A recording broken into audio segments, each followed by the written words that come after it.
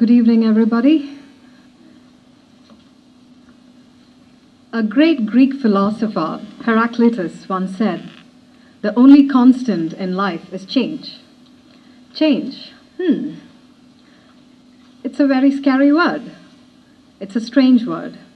For the last 6 years of my life, I lived in Australia. Australia was a very strange land for me. But I did fall in love eventually.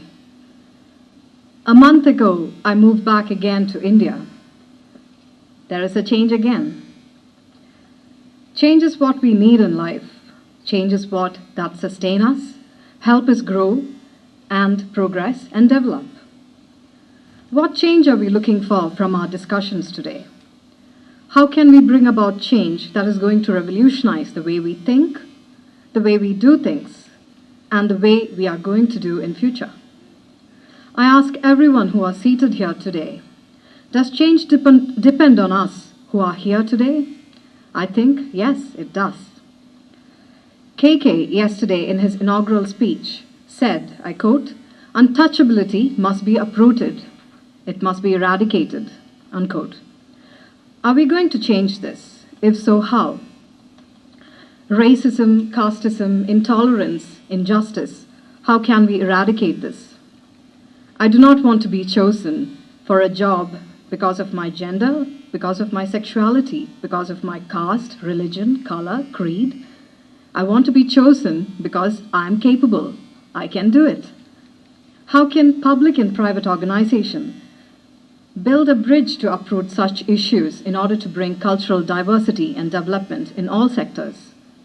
I believe that we should create policies that support the respect, preservation, the promotion and enhancement of cultural diversity. Dialogue. Dialogue is essential. Dialogue is important among cultures to encourage, develop and promote a culture of peace. How can we do this? I was privileged to have worked with Professor Fethi Mansouri at the Center for Citizenship and Globalization at Deakin University, Australia. One thing I noticed was how his research always helped in promoting intercultural dialogue, relationship, and create an awareness of diversity and understanding in all sectors, be it education, law enforcement, politics. As an academic and researcher, he has the power to influence through his research. So are many of you seated here today. You have a voice. It should be heard. So please speak loud. Change we need, and we need it now.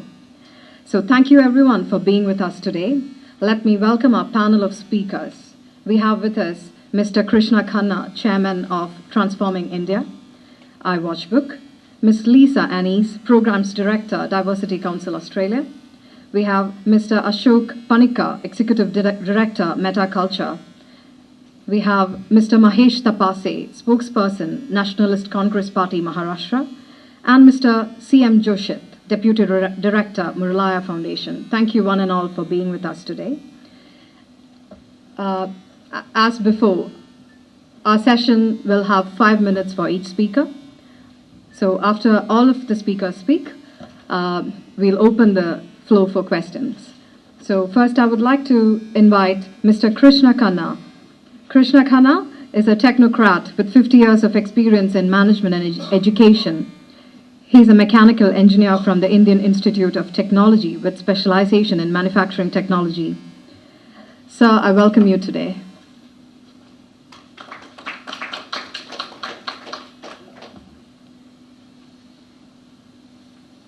Thank you, Chippy. I thank the organizers for giving me this opportunity to exchange certain views.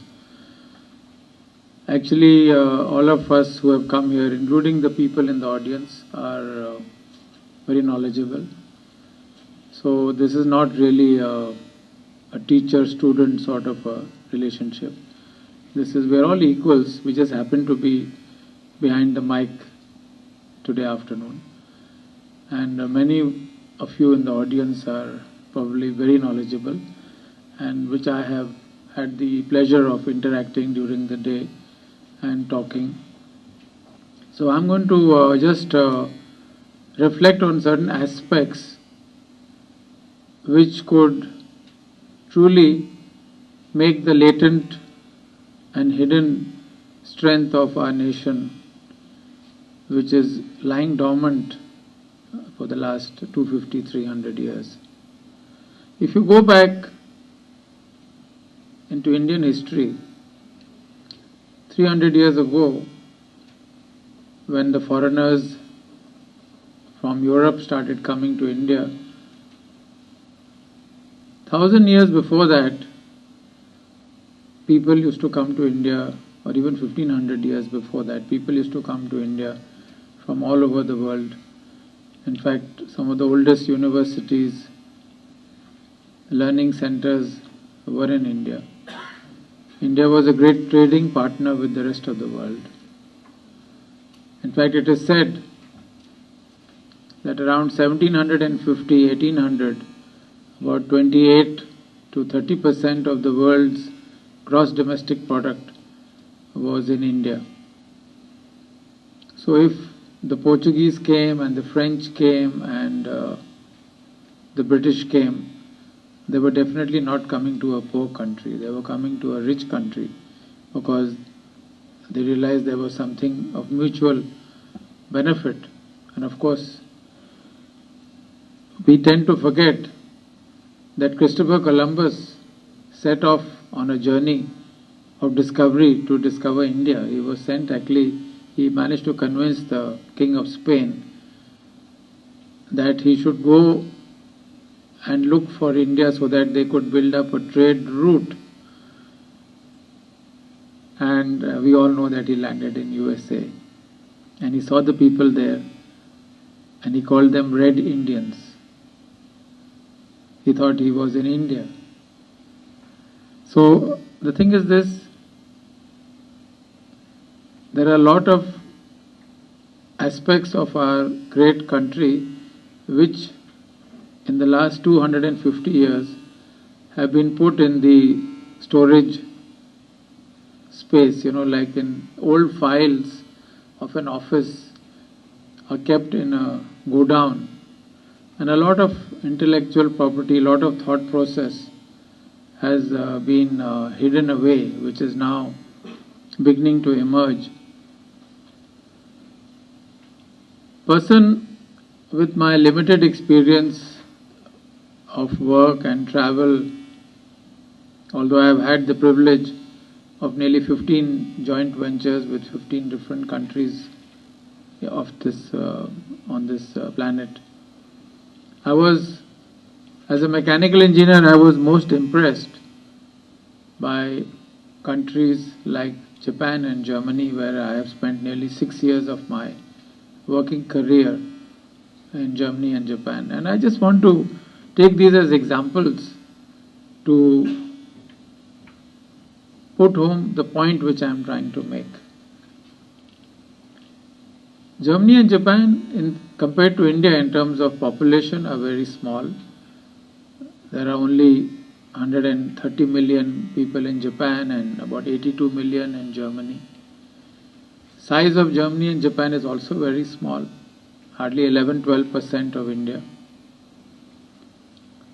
They are fairly north in the northern hemisphere, so they have a colder, much colder climate. I don't think they get more than 4 months per year for agriculture.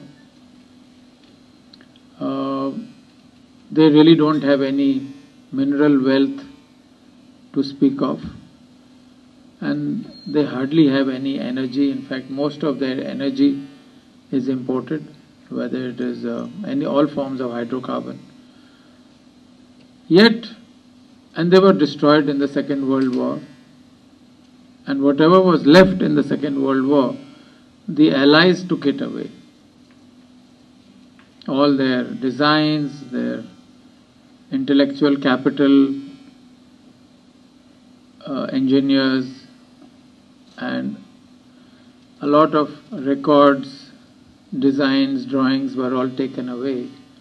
And in spite of that, those countries have come to be number 2 and 3 in the world in terms of capital, gross domestic product. I was told that the exports of Germany today is more than India's GDP. They're about $1.3 trillion Germany exports. And their population is less than Maharashtra. I was told that in the district of Yokohama, the total GDP is more or less equal to India's GDP, about $1.2 trillion.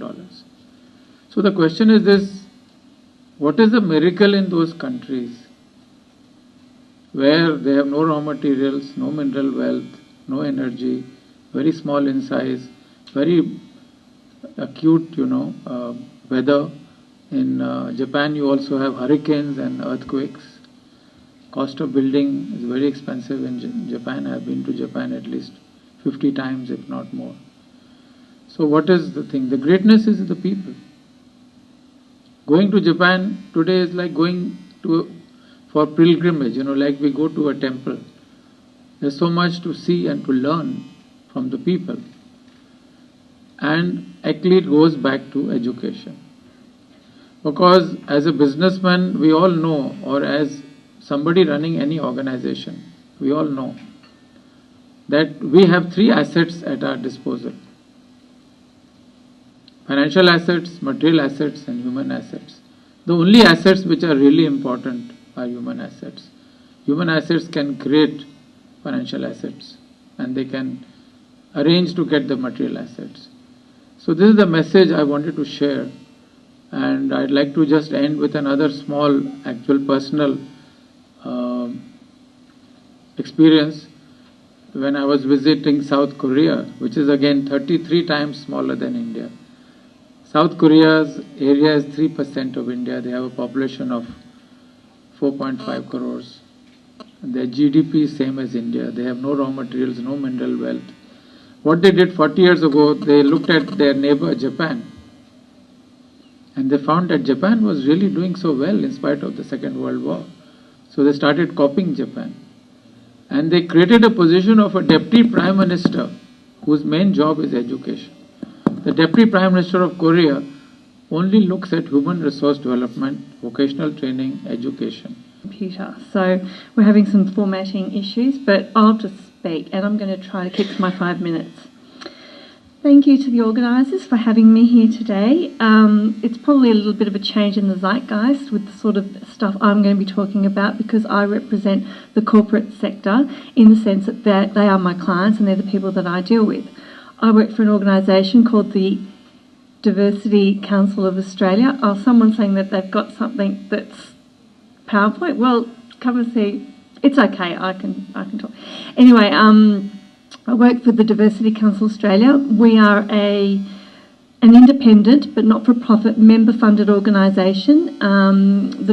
Probably the top 200 organisations listed on our stock exchange are our members, as well as multinationals and organisations who don't list, like law firms, accounting firms, and some government and non-government organisations. And now what we do basically is assist our member organisations to understand leading diversity practice and to assist them in implementing strategies that help them in their business ventures, help them make the best use of their workforce, and help them engage in their markets.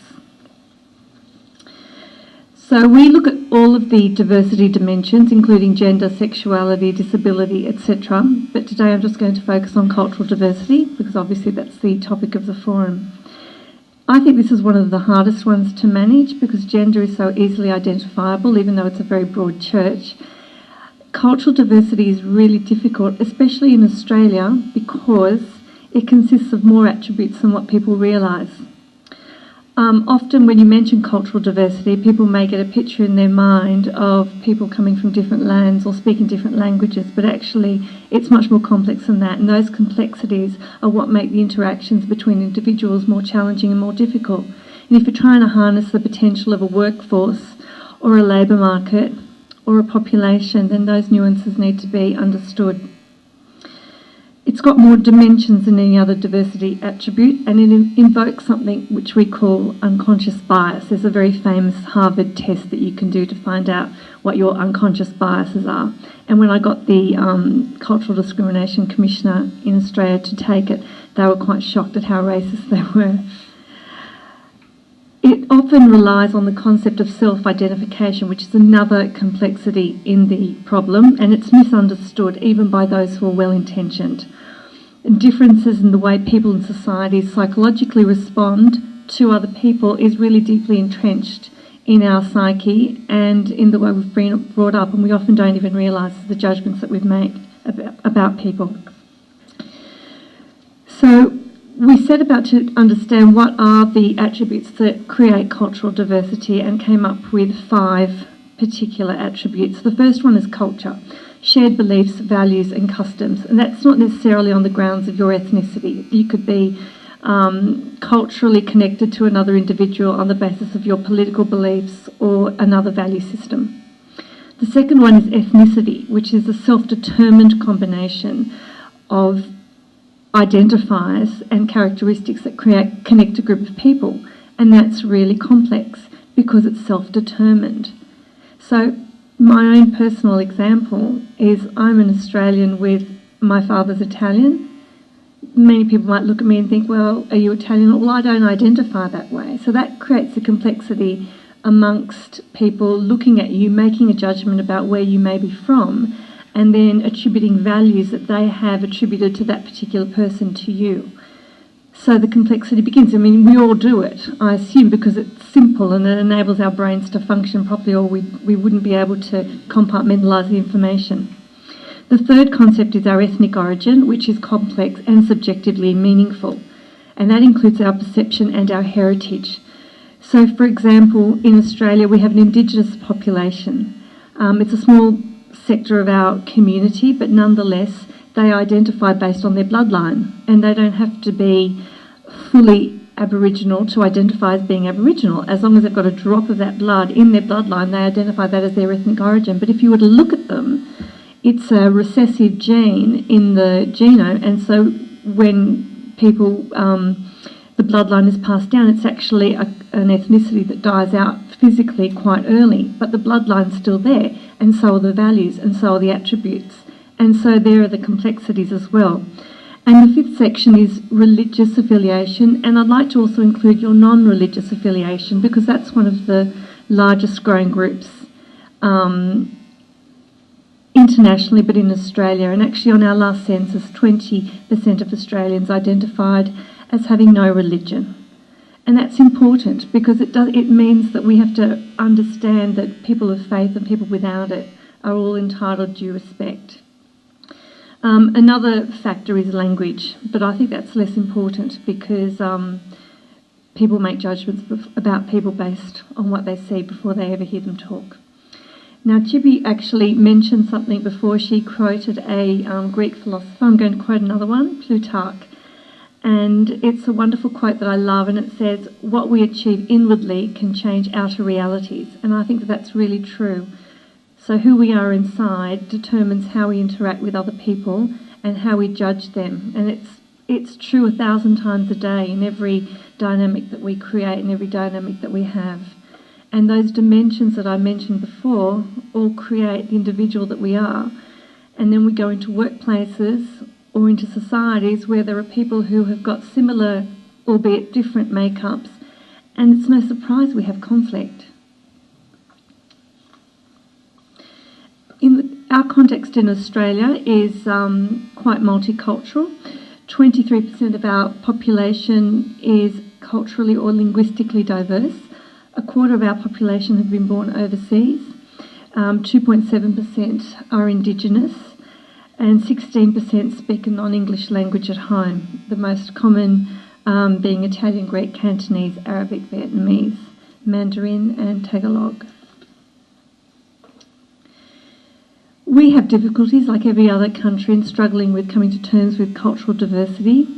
And a lot of it, I think, it's interesting that it's quite topical. I don't know if anyone's been watching the BBC World News. David Cameron came out last night, or a couple of nights ago, making a comment about establishing an identity within Britain as a way of fighting extremism.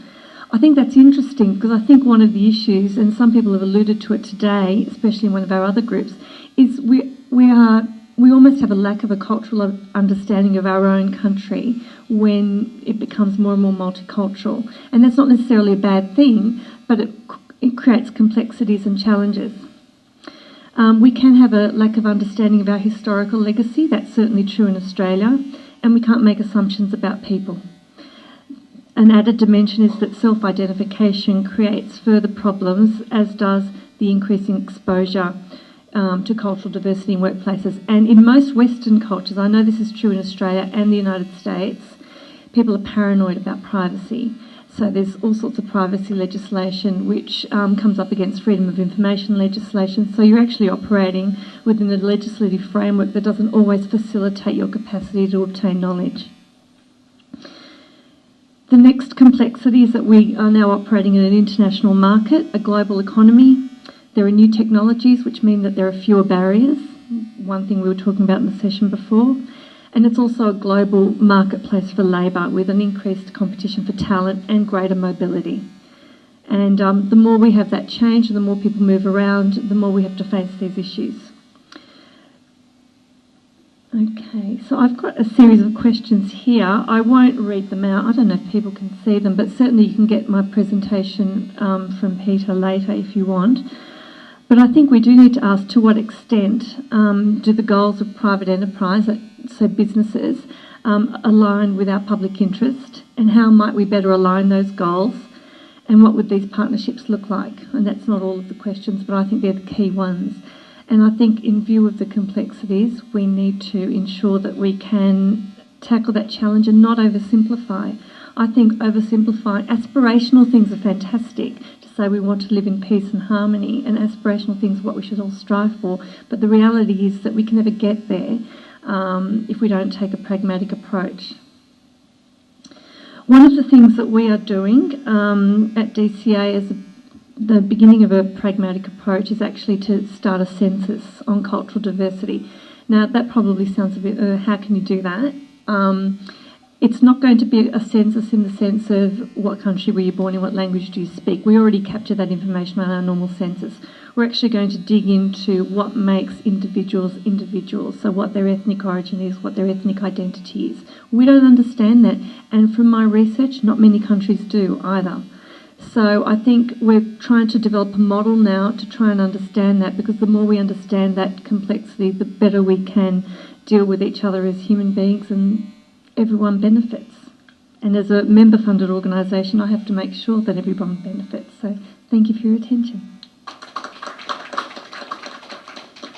Thank you, Ms. Anise. Your work that you do is truly inspirational.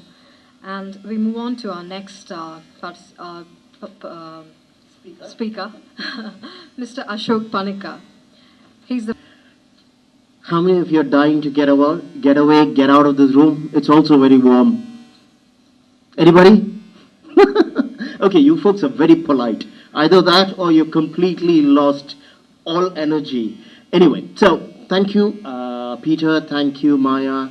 Thank you for organizing this. I'm really excited about being here, primarily because this work is very, very critical.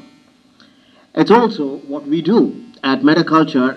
We are a multinational team working in Bangalore. We work all over the country and do projects internationally. We are, as Chippy said, a conflict resolution and dialogue facilitation group. This is our bread, butter, our breath itself. So, having said that, the take that I'm going to work on for this very short presentation is about a different kind of partnership.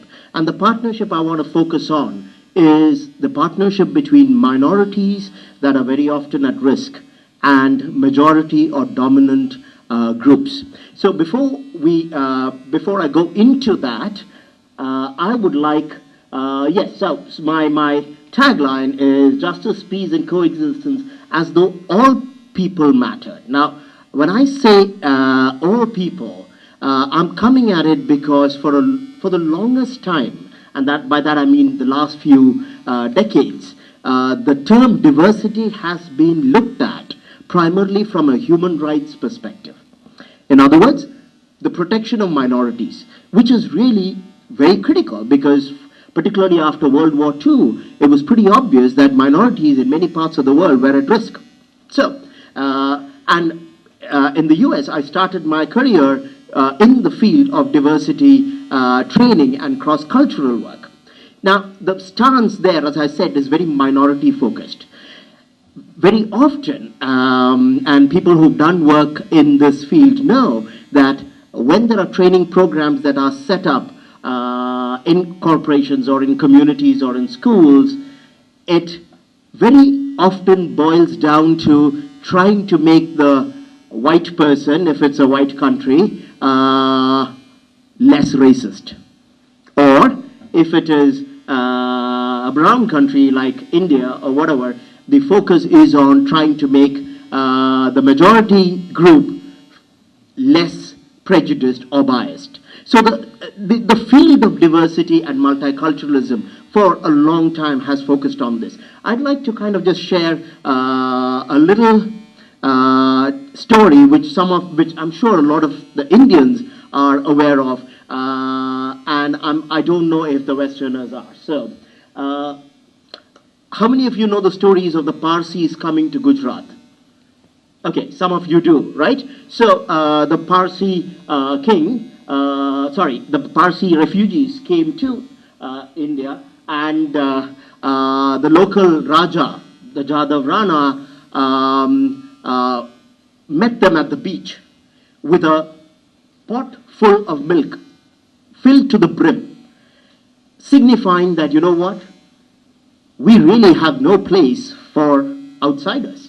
So what the Parsi priest did was he added a little bit of sugar to the milk and demonstrated that the milk dissolved the sugar and sweetened it. The message that the priest was saying was that you don't have to worry. If we come into your community, we can only add value and we will not displace you. It's a very powerful tale. I don't know how real it is, but it's very symbolic and it's very powerful. Now, the king went on to say that the Parsis can stay if they gave up arms, adopted local customs, conducted ceremonies only at night, and learned Gujarati. This part is very rarely talked about. So the king was also conscious of the fact that by bringing these outsiders in, he had to make sure that his community was not too disrupted. So this was a kind of a tacit agreement between the Parsis and the local rulers. Very powerful story about how minorities or the bringing of diversity does not necessarily threaten the majority community. However, I would like to pose a question to you. What if it was salt and not sugar in the milk? Please, next one. And the question I want to pose to you is diversity always good?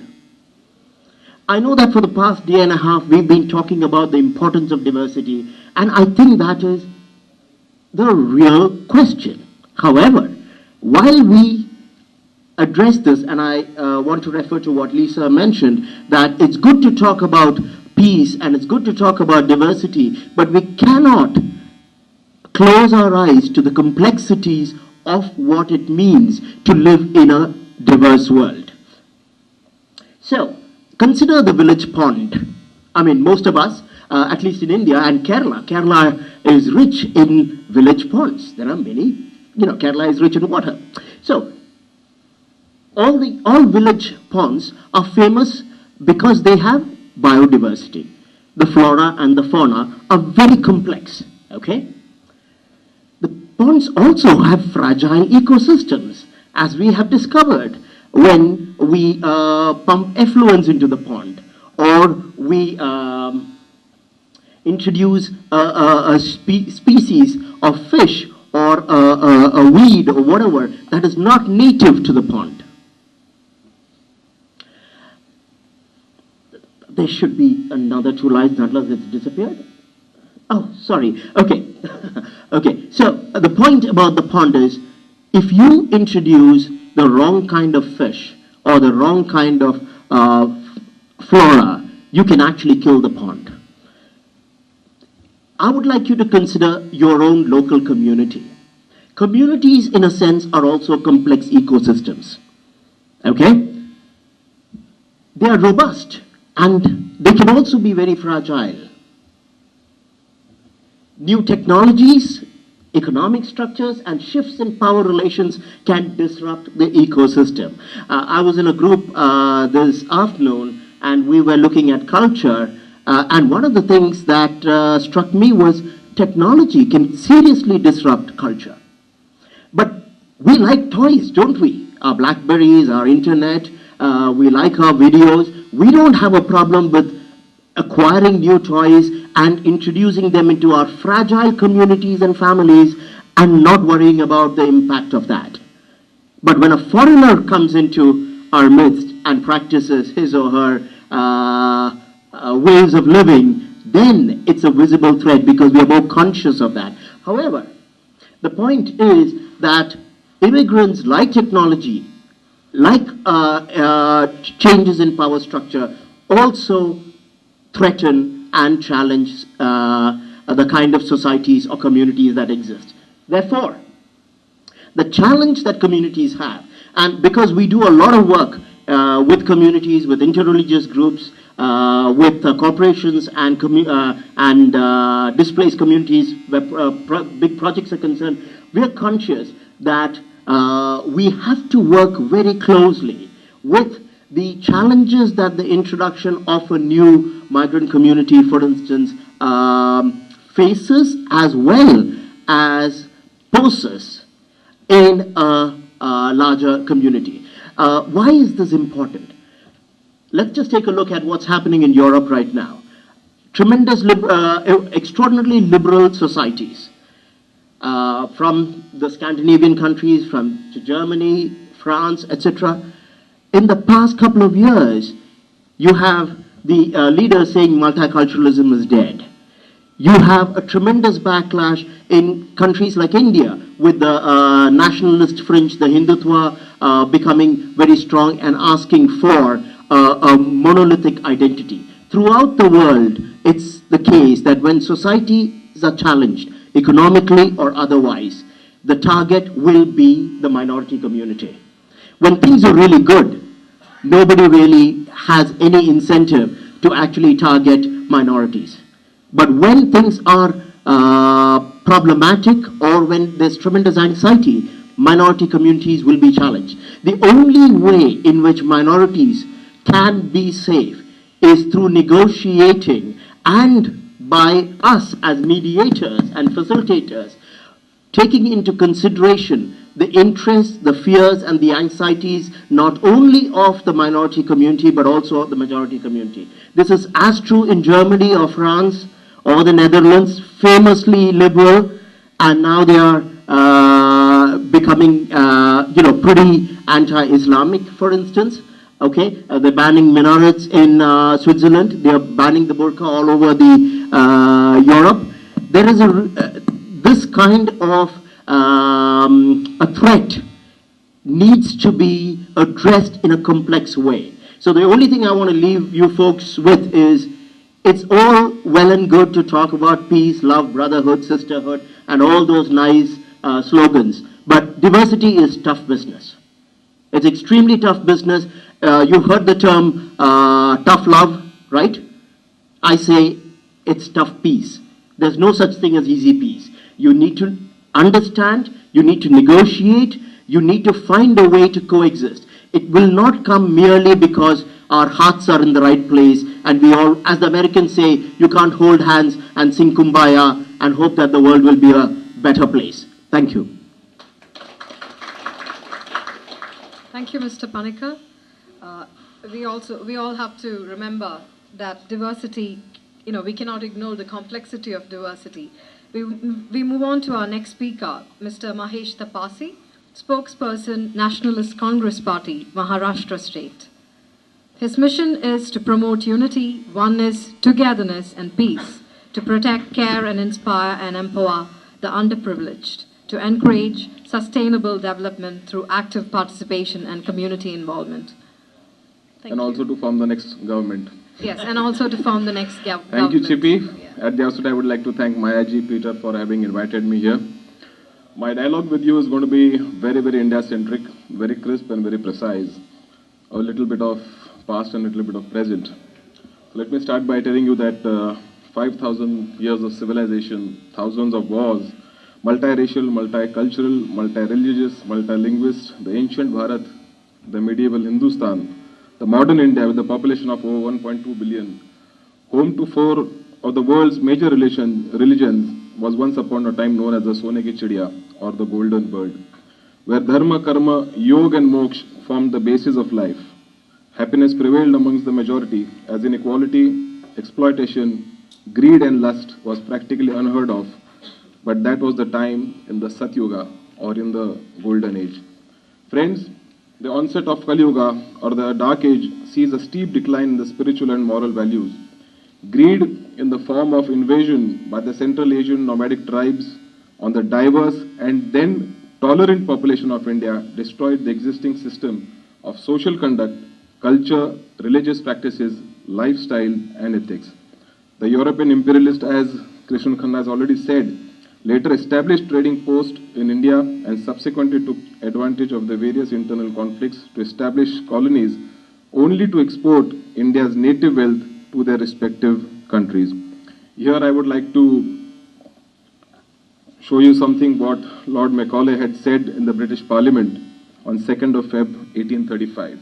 He says, "I have travelled across the length and breadth of India and I have not seen one person who is a beggar, who is a thief. Such wealth I have seen in this country, such high moral values, people of such high caliber, that I do not think we could ever conquer this country unless we break the very backbone of this nation, which is a spiritual and cultural heritage. And therefore I propose that we replace her old and ancient education system, her culture, for if the Indians think that all that is foreign and English is good and greater than their own, they will lose their self-esteem, their native culture, and they will become what we want them to be, a truly dominated nation." Friends, though we got independence from the foreign rule 63 years ago, but we are still enslaved by poverty, illiteracy, starvation, untouchability, ethnic conflict, political instability, and to top it all, corruption, which is, according to one estimate, India has lost over 400 billion US dollars in the illegal capital flows since independence. The social hierarchy system contributed to limiting knowledge and wealth to a handful few, who confined the majority into oppressive customs, rituals, superstitions, and literacy. The West still perceives India as a country of snake charmers or rope climbers, where the greatest contribution to mathematics and astronomy came from here. We may have 1,000 ills, but our commitment to humanity is the strongest amongst the nations of the world. If you see, in the independent India, there has been no attacks from the Indian side to any neighbor or any other country. With the largest youth population in the world, India is poised to take a giant leap. We are the preachers of truth and non-violence to the world. In 60 years, Krishanji, you would know, in 60 years, the literacy rate has grown from 12% to around 65% today. From an economy of extensive state intervention and regulation, popularly known as the license Raj, India has evolved to a free market economy with the fastest growing telecom industry and the second fastest growing automobile industry, is also home to the world's second largest labor force, where agriculture accounts to 28% of the GDP, the service and industrial sector making 54 and 18% respectively. With a growth rate averaging around 8%, India is poised to be the largest economy in the next 30 years if it continues to focus on public sector reforms, transport infrastructure, agriculture, rural development, education, energy security, public health and nutrition. And hence, the creation and the dissemination of knowledge and wealth is a must in the modern times and will be the foundation of peace and development. If you remember Sonal Shah's picture that she had shown in the morning, the vulture waiting for the child to die. If wealth would have been created in that country and the child would not have been malnourished, probably the child would have kept the vulture in the cage, have made a pet out of him. The land of the Buddha and the birthplace of Gandhi today is indeed a picture of unity in diversity, where unity is our strength and diversity is the power that drives the strength. Let us all take a vow to uproot all the evils which have plagued mankind for thousands of years. Let us all vow to celebrate the life as an embodiment of compassion, brotherhood. Let us pledge to create a new world order where truth, love, and peace will prevail. Thank you very much. Thank you, Mr. Tapase. Your vision is achievable and hope you will succeed in forming a government in the near future. And we move on to our next speaker, Mr. C.M. Yoshit. He's currently the Deputy Director of Muralaya Foundation in Thiruvananthapuram. He has had 33 years of experience in social welfare, and he was previously the Joint Director of Social Welfare Department, Government of Kerala. Thank you, sir. Dear respected moderator, dear Peter, who invited me to address this gathering or represent from government sector, and dear brothers and sisters, as our moderator was saying that I'm having both experience in the private and government sector, both governmental and non-governmental service. 33 years spanning over service spanning over 33 years in government service and 2 years experience in non-governmental. So I have experienced what is private and what is government public sectors. Now, India is a country which gives more important to mixed economy. The first president of India, the Prime Minister of India, Jawaharlal Nehru, when he brought this 5-year plan, he gave much importance to both private and public sector. He called seeing all the Pakra and other giant factories like he called it the modern temple of India. So he gave so much importance to the public sector. At the same time, he promoted Tata, Birla, Dalmia and other private sector giants to start their, flourish their industry also. So we have such a tradition. India is having such a tradition of mixed economy. Our governmental schemes also, centrally sponsored schemes, and the Government of India ministry schemes are also having the same attitude and outlook.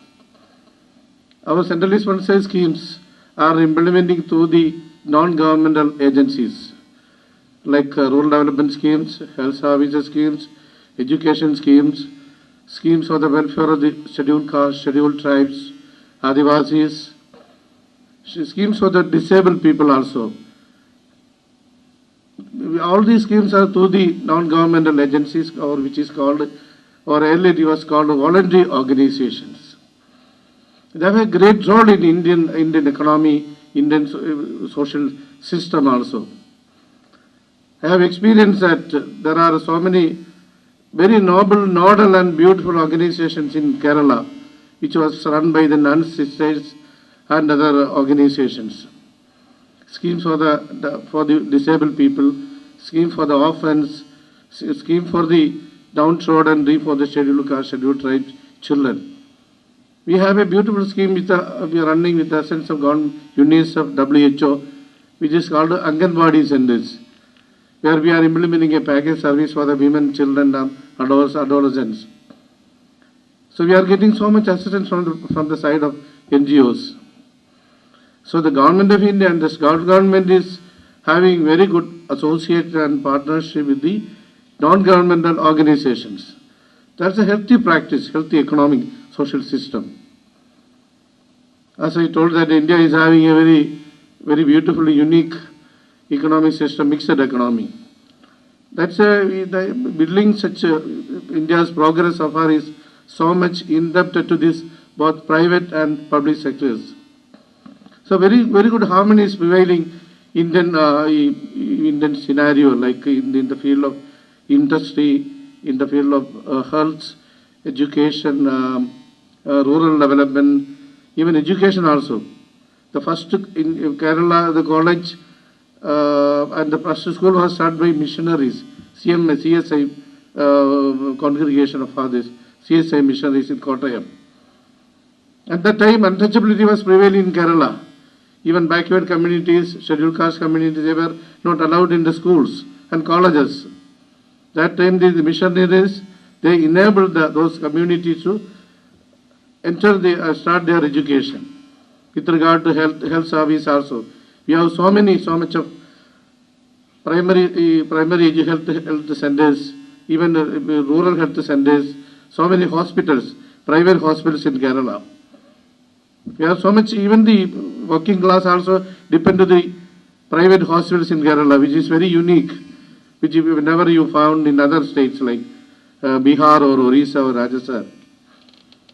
I am associated with a hospital for mother and child. 70% of the, their service is charity based.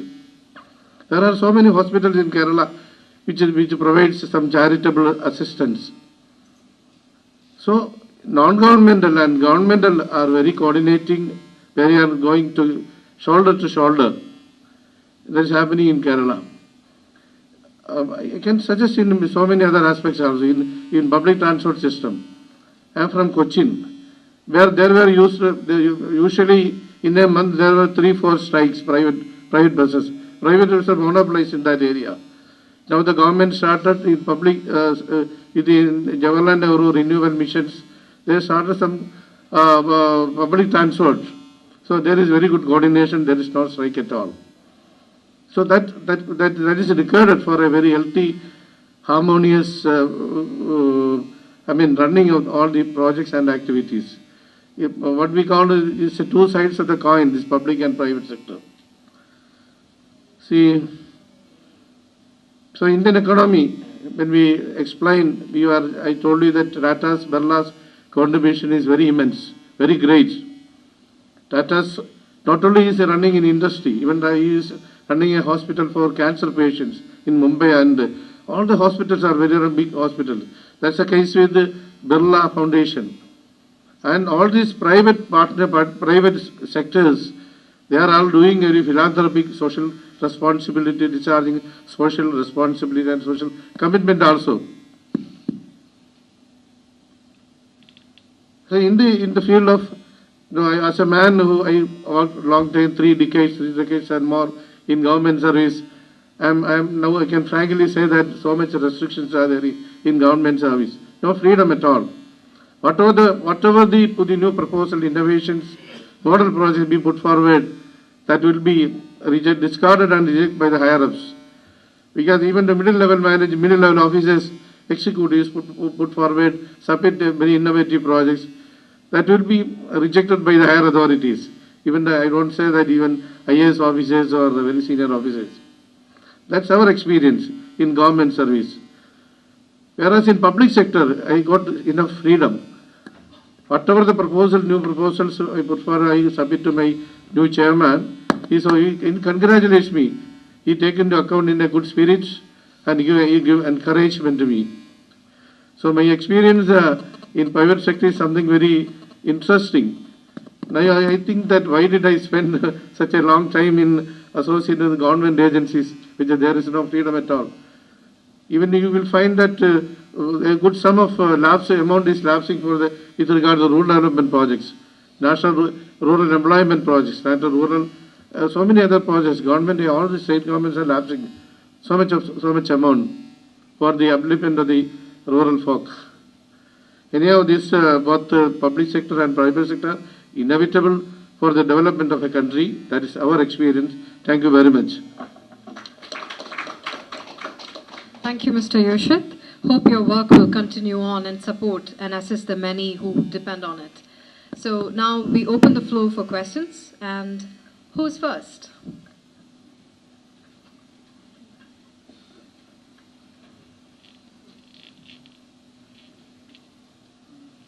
My question is a short one to Dr. Ashok.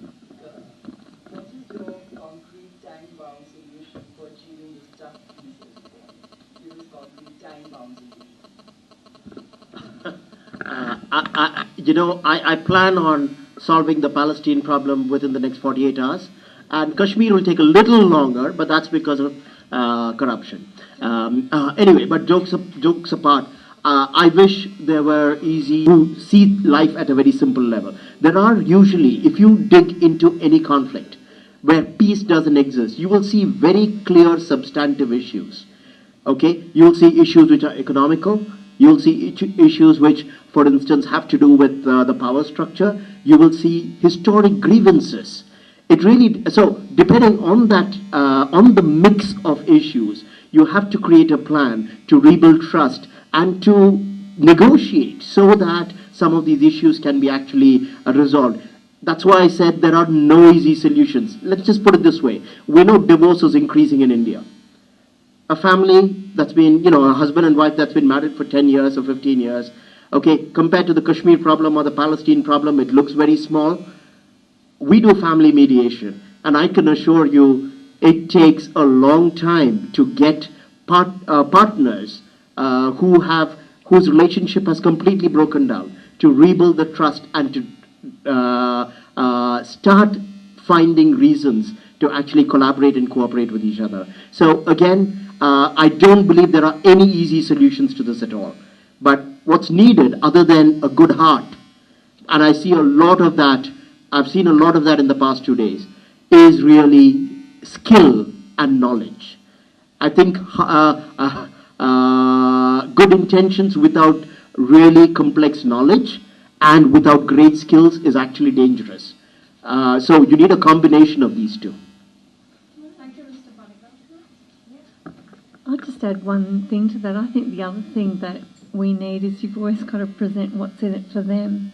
I work with corporates and multinationals, and I always have to present a business case about why they need to take particular action, why they need, and if that means it's because you don't want to end up on the cover of the New York Times or the discrimination suit, well, then you educate your staff.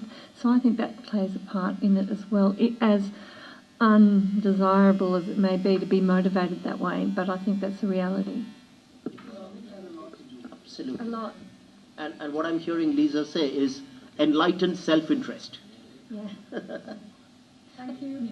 So I was just going to say, I think eventually you enforce the change and eventually the behaviour catches up. But it's like what happened with feminism or the early waves of feminism. I think eventually in the 50s and the 60s, in the West at least, the idea, there was a lot of backlash, people did it for the wrong reasons, out of fear, whatever. Idea eventually caught hold. And now I raise 3 daughters and they think, what's the problem? Thank you, Lisa. So who's next? Any questions? Yeah. No? Thank you. Thinking?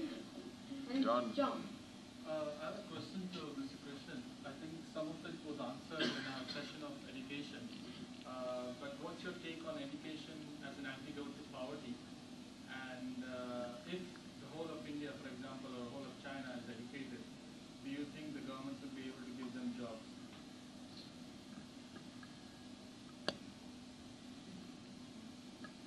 You see, this education, education is a big envelope.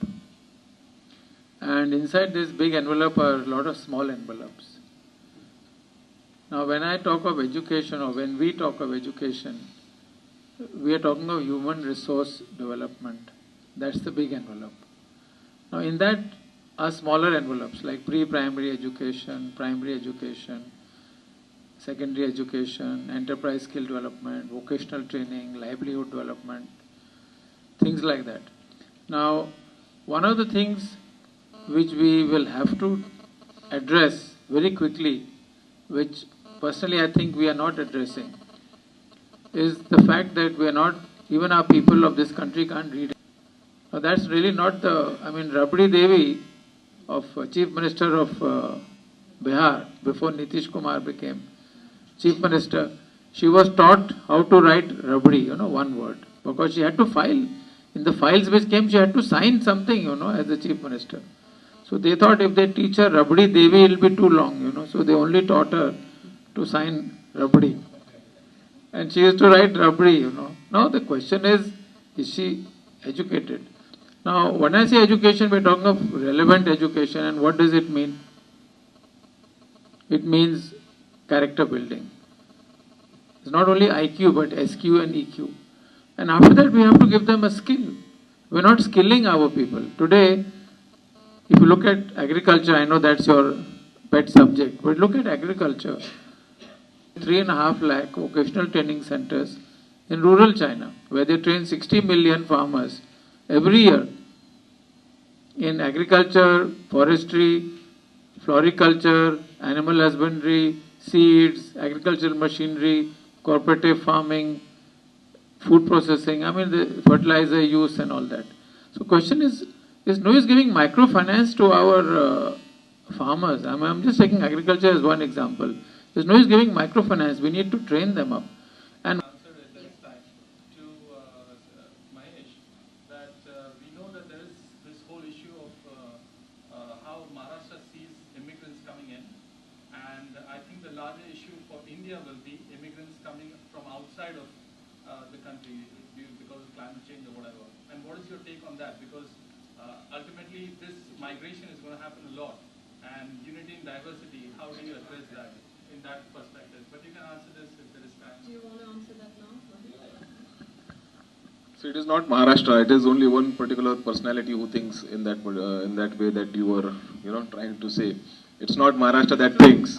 Maharashtra has been home to Parsis, to Sikhs, to Jains, to Sindhis, to Punjabis, to Muslim, and to everybody. So Maharashtra and Mumbai, of course, have a diverse culture, and we have always accepted people with open arm, provided they come with their spoon of sugar.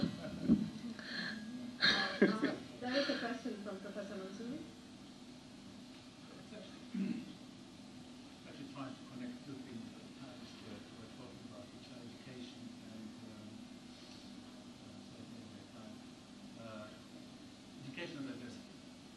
With regard to diversity in the workplace, there's been a lot of research that's been done, international research, focusing on huge corporations like IBM, and it has been proven beyond any shadow of doubt that increased diversity of the workforce translates to increased productivity and profits. So if you want really to use the argument, we've done an extensive work on... There's no argument. It's easy to develop those business cases in most industries. Some industries we have problems developing those cases for some diverse groups. But generally, and particularly with cultural diversity, we don't have a problem building the business case. Often we don't have a problem talking to CEOs, people who employ the employers that make the business decisions. And we can even get organisations and governments to change policies. But the problem comes when individuals implement policies. So you can have the best recruitment practices in the world, you can have wonderful education practices, but it still comes down to the interface between one individual and another, and that's where all those other factors come into play and the system breaks down. And this is why it's difficult, and I think this is where you get back into education. So we have legislative frameworks that help and protect, but I can tell you the most common problem in Australia under our Human Rights Acts is racism and cultural diversity. It's now overtaken sex discrimination. And yet we have the legislations, we have the frameworks, we have the business case. It comes down to the individual and that breakdown. Would anybody like to add to that?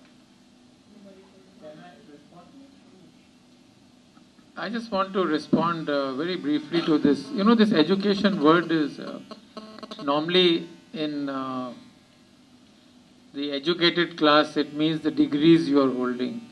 I'm not talking about that, because in India we've got a lot of people who have a lot of degrees, and if they walk into my office, I won't be able to give them a job even.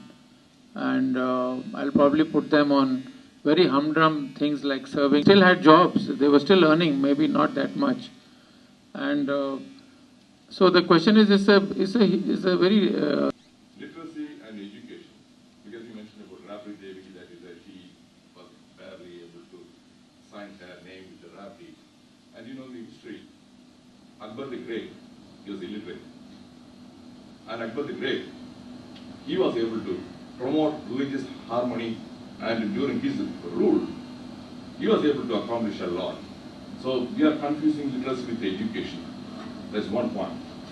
And in Tamil Nadu also, Chief Minister Comrade Nadar, the primary school education, and he was able to, during his regime, a lot of progress and accomplishments.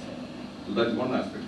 Number two, regarding the cultural diversity, in USA again, they try to, welcome or promote cultural diversity, and I have seen that in many places, a lot of conflicts arise because of ignorance about the cross-cultural body language and the cross-cultural belief system.